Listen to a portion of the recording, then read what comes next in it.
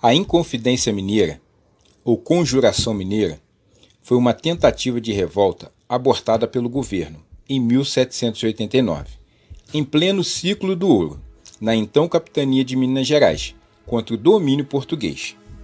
No final do século XVIII, era grande a extração de ouro, principalmente na região de Minas Gerais. Os brasileiros que encontravam ouro deviam pagar o quinto, ou seja, 20% de todo o ouro encontrado acabava nos cofres portugueses. Aqueles que eram pegos com ouro ilegal, sem terem pago o imposto, sofriam duras penas, podendo até serem degradados, que era serem enviados à força para o território africano. Com a grande exploração, o ouro começou a diminuir nas minas. Mesmo assim, as autoridades portuguesas não diminuíram as cobranças.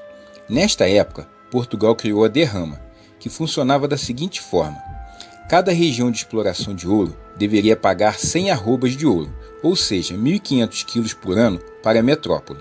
Quando a região não conseguia cumprir essas metas, soldados da coroa entravam nas casas das famílias para retirarem os pertences até completar o valor devido.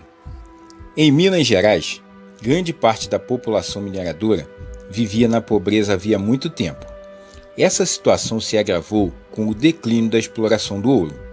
Um clima de tensão e revolta tomou conta dos proprietários das minas de ouro, quando o governador da capitania, o Visconde de Barbacena, anunciou que haveria uma nova derrama, que era a cobrança forçada dos impostos atrasados. Membros da elite de Minas Gerais começaram a se reunir e a planejar um movimento contra as autoridades portuguesas e a cobrança da derrama. Esse movimento ficou conhecido pelo nome de Inconfidência Mineira ou Conjuração Mineira. A palavra Inconfidência originalmente referia-se à ideia de infidelidade e traição ao rei de Portugal e ao seu governo. Com o tempo, o termo foi perdendo seu sentido original, sendo mais utilizado pelos historiadores para denominar os movimentos de oposição ao domínio colonial. Já o termo conjuração refere-se mais propriamente à rebelião ou conspiração contra as autoridades e os governantes estabelecidos.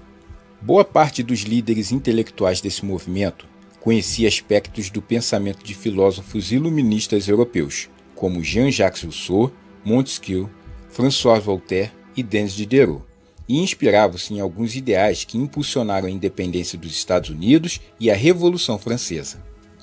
Entre os principais inconfidentes estavam Cláudio Manuel da Costa, minerador e poeta, formado em Coimbra; Inácio de Alvarenga Peixoto, minerador e latifundiário; Tomás Antônio Gonzaga, poeta e jurista; Toledo e Melo, padre e minerador; Abreu Vieira e Oliveira Lopes, ambos coronéis. Um dos poucos participantes da Inconfidência Mineira que não faziam parte da elite econômica mineira foi Joaquim José da Silva Xavier, apelidado de Tiradentes. Esse apelido se deve porque ele exercia, entre outros ofícios, o de dentista. Os projetos dos Inconfidentes incluíam medidas como separar o Brasil de Portugal, criando uma república com capital em São João del Rei; adotar uma nova bandeira que teria um triângulo no centro, com a frase latina Libertas quae será tamen, liberdade ainda que tardia; desenvolver indústrias no país; criar uma universidade em Vila Rica, uma vez que a elite se preocupava com a educação de nível superior; criar o serviço militar obrigatório e incentivar a natalidade para favorecer o povoamento. Para realizar esses planos, havia pouca organização estratégica. Os inconfidentes não tinham tropas nem armas para conquistar o poder. Também não contavam efetivamente com a participação popular, pois o movimento não tinha proposta para melhorar as condições de vida da população em geral. A Inconfidência Mineira não foi uma revolta de caráter popular. Visava basicamente o fim da opressão portuguesa que prejudicava a elite mineira. Não tinha como finalidade acabar com a exploração social interna, como por exemplo a escravidão, que atingia a maioria da população.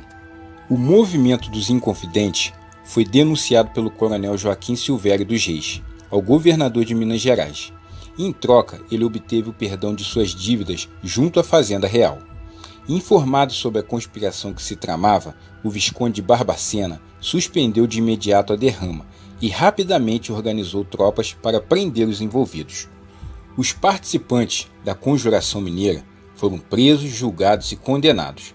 11 deles receberam sentença de morte, mas a rainha de Portugal, Dona Maria I, modificou a pena para degredo perpétuo em colônias portuguesas da África.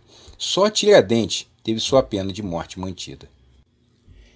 Eu espero que com esse vídeo eu tenha lhe ajudado a entender um pouco o que foi a Inconfidência Mineira, que foi um dos mais importantes movimentos sociais da história do Brasil. Significou a luta do povo brasileiro pela liberdade contra a opressão do governo português no período colonial. Muito obrigado por você ter assistido, um grande abraço e fique com Deus.